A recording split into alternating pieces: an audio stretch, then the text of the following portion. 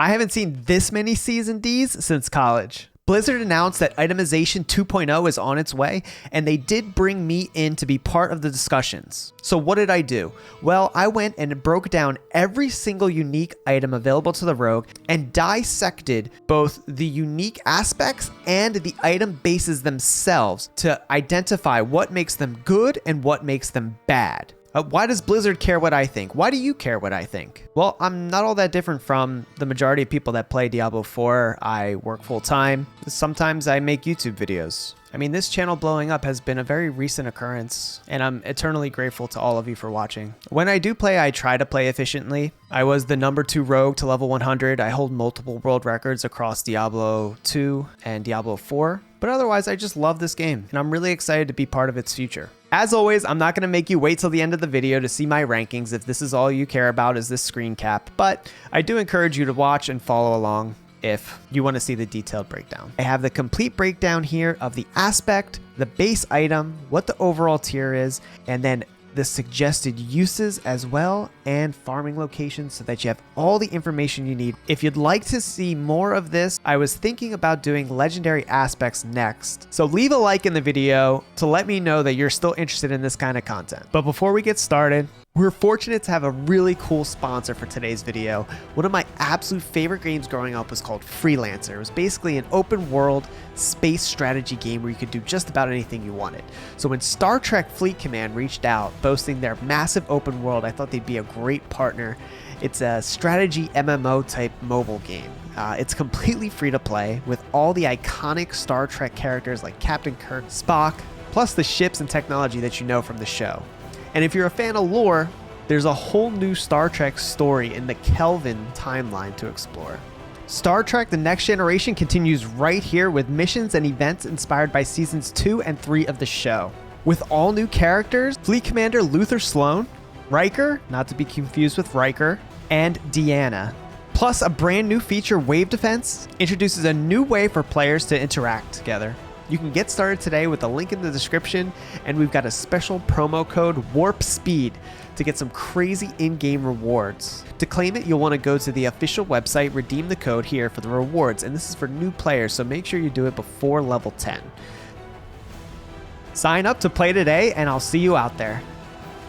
Hit the link in the description to get started. Now, back to the video. We're going to be using Wowhead's unique item database. It's got all the images for us easily available so that we can just take a look at every single item and grade it. Starting with the D tier, and we're going to work our way up to S. Starting off with Temerity pants. These pants actually have a really great unique aspect, which is the barrier up to 80% of your maximum life. This is insane survivability, but the downside of Temerity pants is that you have to sacrifice 4 out of 4 defensive aspects to put them on. The affixes on these pants are pretty terrible. Life, little chance to heal, potion, healing. You're sacrificing way too much survivability to put these pants on.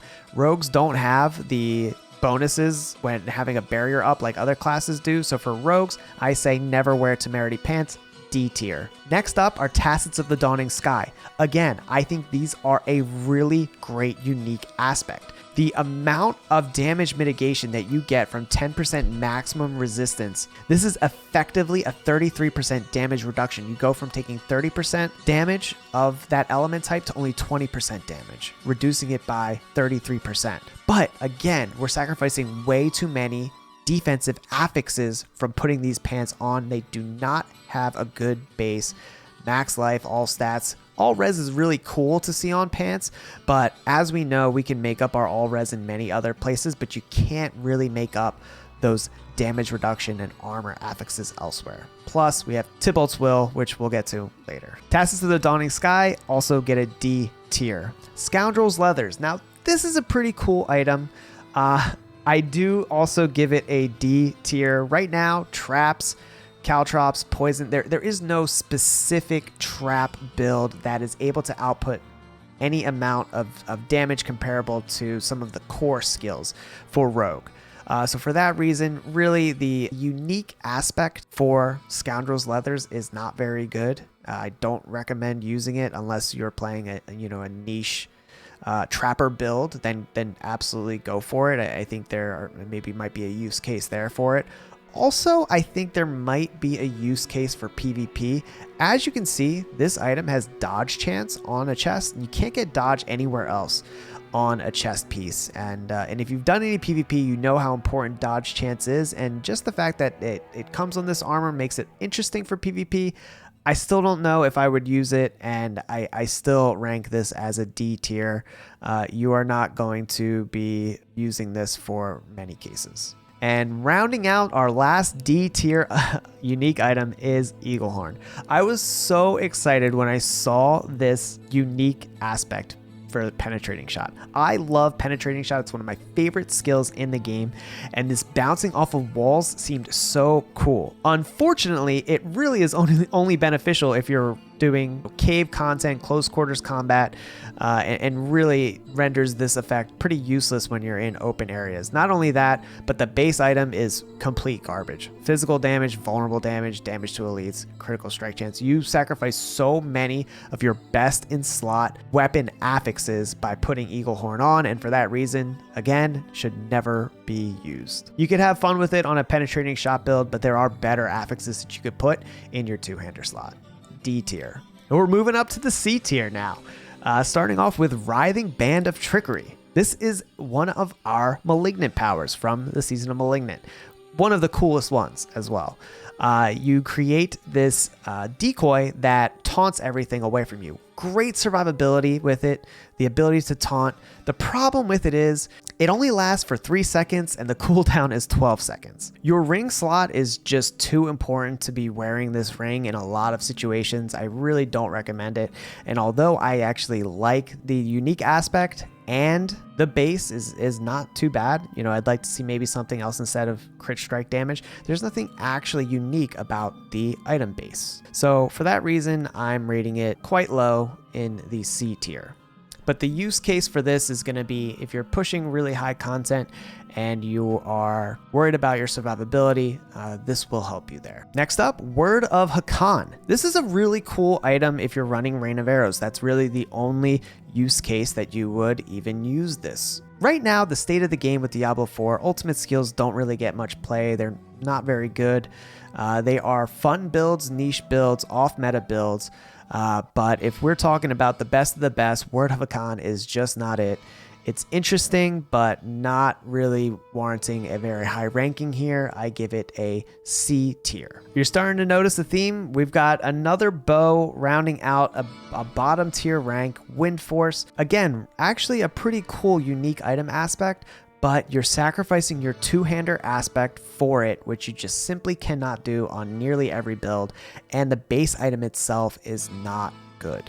I love the aspect. I hate the base. Windforce gets a C tier. Really, the only use case that I could see is if you are running, you know, a bugged lucky hit pen shot build and you can guarantee these double damage and knockdowns every single time. Even then, your damage output is going to fall behind in most other two-handers. Next up, we're looking at Soulbrand, another cool, you know, barrier item. It also gives you damage reduction while you have the barrier up, so that's interesting. The problem with this is, again, the actual base item itself.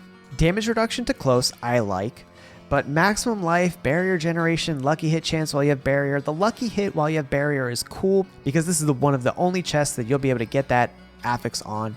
You just don't need lucky hit here. You're not going to be able to push high tiers without those damage reduction affixes on your chest piece. So Soulbrand just isn't it. I give it a C tier. You're really not going to want to use this on many builds. Our first uber unique item in the C tier rank unfortunately goes to Ring of the Starless Skies. This was my first uber unique I found and I was so excited for it. The problem with it is all of the meta rogue builds this season are basically running combo points. You can't find a way around it. There's just too many interactions, the bug Tibaults, what have you. Ring of the Starless Skies right now is not getting any play, and for that reason, you know, it's got to be a C tier. The problem is you can't just spam your core skill nonstop. Otherwise, you're sacrificing that juicy combo point damage, and I am actually very hopeful for this item in the future state of the game, but for right now, the base is really good on it. It has a double all-res mod, but the unique aspect itself is just lacking. It needs a rework. Something's got to change with it, or the other abilities on the rogue besides combo points need to be an option. All right, this is a funny one, Razorplate. I can't really rate the base item because it has no affixes at all. It's just got thorns.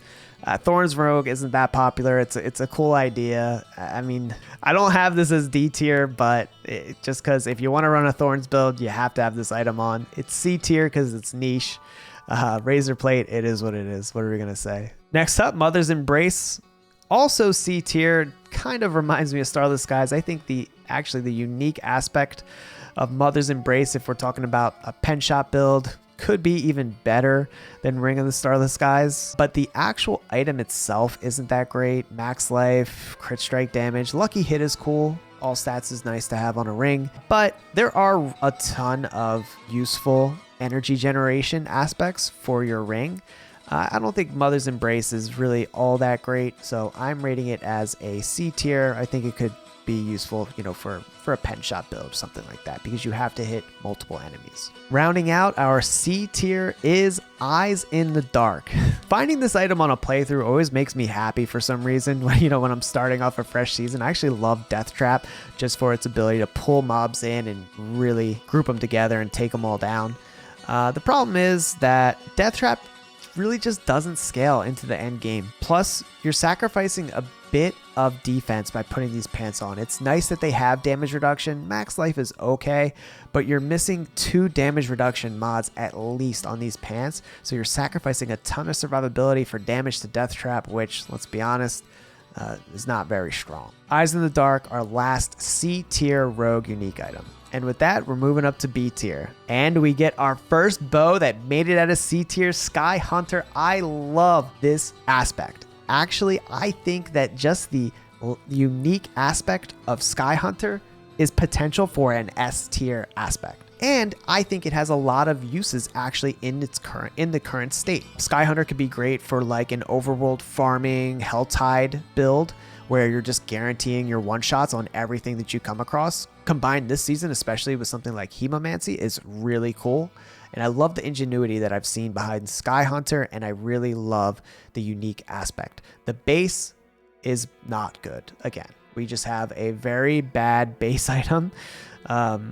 These are interesting that you put, these passives on the bows, but there are so many good affixes already for weapons, and sacrificing a 2-hander affix for, some of these niche affixes that they put on Skyhunter just really hurts the item more than it helps it. Skyhunter gets a B tier because the base item brings it down, but I think it still gets use in overworld farming builds. Grasp of Shadow. I just love that these have 4 to all core skills and you can scale it up to 6.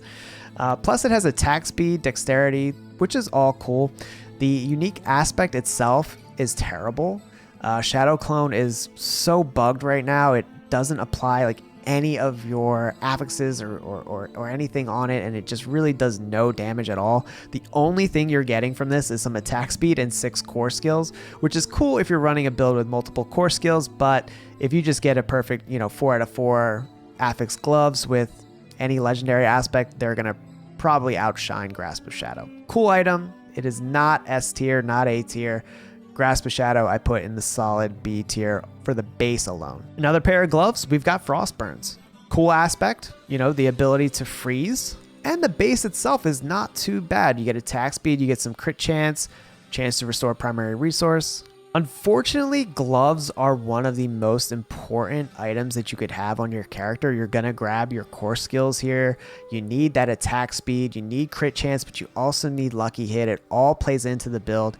You're sacrificing a little bit too much for Frostburn and just that CC freeze, which you can get elsewhere in the build. I don't think you need Frostburns. They're cool. I give them a B tier, but they are not S or A tier. I think they could be really cool combined with, again, a bugged pen shot lucky hit build where basically every pen shot that you're shooting will freeze an entire screen. Cool, fun, but really I don't think much more than that. Flickerstep. I like these because the day that ultimate skills are actually used, these are going to be the go-to boots. They enable an ultimate skill build by being able to reduce your ultimate's cooldown by so much. I actually really like the base of them too. Damage reduction on your boots doesn't spawn there normally. You get movement speed, all stats, ultimate skill damage, great boost to your ultimate. The day that ultimate skills are good, these boots become A or S tier, but since ultimate skills are just not in a good place right now, unfortunately, we have to put Flickerstep into B tier for rogues. Right now, the only success I've really seen are with Rain of Arrows. They're not great, but they're fun to play. If you had to run a build with them, that's what I would suggest. Banished Lord's Talisman. So this is an S tier on every list that you look at. Banished Lord's Talisman is S tier. For rogues, I say it's B tier. Rogues just don't have access to many ways to overpower like other classes do. You really just can't utilize this amulet that well. Yes, you can use it to just one-shot bosses, which is cool, but there are so many other ways that you can one-shot bosses on Rogue that this amulet really is not necessary. It's very clunky having to spend 300 primary resource, and like I said, just in general, overpower is not great on rogues, and I don't care for this amulet too much. I do think the one-shot builds are cool, so I'm giving this B tier, but it is not S tier for rogue. Banished Lord's Talisman, B tier, use it on a physical build, you know, a rapid fire, bugged Tibault combo build, and go and wreck some bosses. And that was the end of our B tier. Next up, our A tier unique items. Start off with one of my favorite boots, Penitent Greaves. You leave the Trail of Frost, so you get, you know, that auto chill on enemies in melee range, plus you get to deal some extra damage to them as well. Penitent Greaves combine really well with Frigid Finesse in the passive skill tree. Plus, the affixes on the boots themselves are not bad. I suggest using Penitent Greaves for any build where you're going to be in melee range a lot, or if you're using some sort of cold imbue spec. Penitent Greaves, solid A tier. Next up in the A tier, we've got another one of our uber uniques, Melted Heart of Selig. Very cool, very good defensive item. The base itself I don't love, but the unique aspect is one of the best defensive aspects in the game. Unfortunately, I think for Rogue, you sacrifice a little bit too much damage to put this on, and it's a little bit more of a novelty item than anything else, but it is a solid amulet still, and you could use this to push high tier areas if you're just looking for that survivability and not so much the damage. Melted Heart of Selig, I give an A tier. I really don't see many uses for it unless you really need that survivability in the end game, and you really don't need much DPS. Also in A tier is the Godslayer Crown. This is a really good, unique aspect. Rogues don't have too many ways to pull in enemies, and the ability to proc this pull in effect and deal increased damage to them is really nice to have. The problem is this competes at a very competitive item slot for rogues. At the helm slot, you have Harlequin, Crest, Shako, you've got other things like Cowl the Nameless, you've got Andariel's Visgage. There's just too many great helms at the moment that Godslayer Crown kind of falls by the wayside. I give it an A tier because it's still really good, but I think there are just better options that really outweigh this one. Next up in the A tier, Fist of Fate. The strongest damage aspect that you can get on gloves. If you get a max roll of this, it is effectively, on average, a 50% damage multiplier from your glove spot. Now, it's very random what you're going to get, but on average, it's going to be a 50% multiplier. The base themselves, they actually nerfed recently. They removed the heal from them, so the base is not very good. It's not terrible. You have all these lucky hit procs, but really that damage is pretty nuts. Fist of Fate, I put them in A tier. That gloves are a really competitive slot. I don't really see them getting used over some legendary aspects, but cool gloves nonetheless. All right, Cowl the Nameless in A tier as well. This actually is a really nice base. You get that damage reduction and all imbuements, which damage reduction you can't normally get on a helm. Plus this great boost to your lucky hit chance. There are so many rogue builds right now that are running crowd control and lucky hit procs. So Cowl the Nameless is really, really good for them. I think it just edges out Godslayer Crown, but again, like we said before, very competitive slot, the helm slot. If you don't have your Shako yet, if you don't have Andariel's, throw on Cowl the Nameless and you'll be just fine. And our last A tier item for Rogue is Condemnation, almost an S tier. I think it would only be S tier for this season because of the bug with Tibault, but Condemnation is still a very, very good item. mainly because of its unique aspect. The unique aspect on Condemnation is an S tier aspect.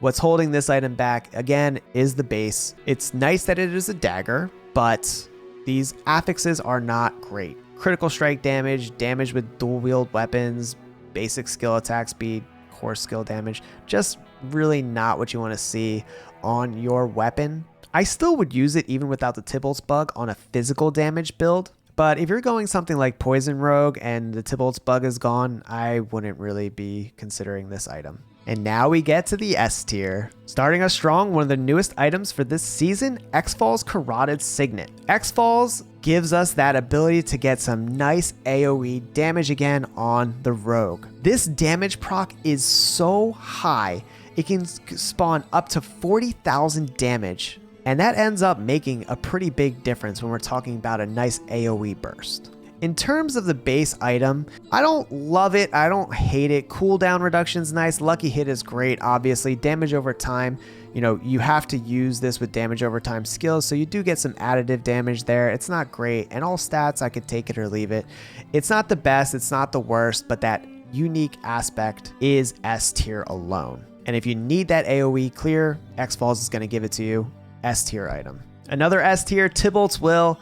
I would say this is probably S or A tier even without the bug this season. It's just really good. You have the damage reduction. You do sacrifice some other damage reduction mods, so the base isn't the best, but it could be worse. Plus you get this massive multiplicative damage boost, which you cannot get elsewhere on pants. Basically, you're not going to get this 40% damage anywhere else. So one of the best offensive options at the pants slot. Tibault's Will I put at S tier, especially because of the bug for this season. We've got a couple uber uniques coming up in the S tier now, starting off with Shako, Harlequin, Crest, my favorite option at helm. 4 to all skills, insane unique aspect here, and 20% damage reduction. So I give it an S tier for unique aspect. Plus, the affixes on the helm themselves are not the worst. They're not the best, but it's effectively like a 1.5 max life mod. Resource generation is cool. Cooldown reduction is great. All stats, take it or leave it. Harlequin Crest gets an S tier just for that unique aspect itself. Plus 4 ranks to all skills. Throw it on any build and you'll be happy. And next up is Doombringer. I give the unique aspect on Doombringer a solid A tier. You have this shadow damage. It's a small AoE burst. It's nothing like X-Falls. But then you also get this damage reduction, 20%, which you really can't get damage reduction like that on a weapon normally. Plus the base itself, I give an S tier for having this massive maximum life mod, which you can scale up to over 40%. So for those reasons, I mean, it's an okay unique aspect, but then a great base that you actually get from this Doombringer. I give it an S tier. If you're pushing high tier content that's really difficult, Doombringer gives you that survivability with a little bit of damage sprinkled in, mostly just a survivability weapon, but really great at doing that. S tier item, Doombringer. Our last uber unique of the day, Andariel's Visgage. And as far as uber uniques go, the worst uber unique aspect there is. This Poison Nova. Who cares about it? It does nothing. It's worthless. Take it off, leave it. I don't care. I don't even notice. The reason that Andariel's Visgage is S tier is for that one stat alone, Lifesteal, the only item that spawns Lifesteal in the game currently. And what a great thing that Lifesteal is to have. If you're not getting one shot with Andariel's Visgage on, you're going to recover all of your life and then some, and you're not going to have to worry about healing ever again. I would be wary of equipping this for really end game content because the likelihood that you get one shot goes up. It's not great for survivability, but it's great for life sustain.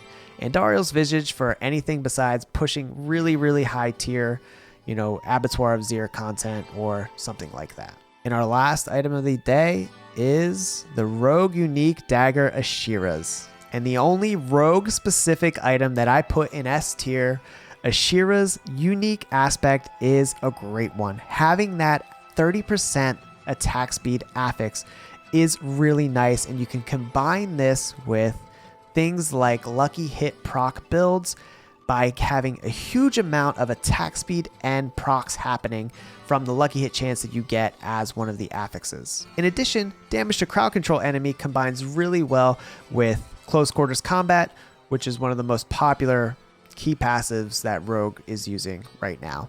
The other two affixes on the item are not really great, but just for the unique aspect alone and those two nice affixes, I give Ashira's an S tier. You could use it on nearly any build, but it is especially good for things like Poison Rogue.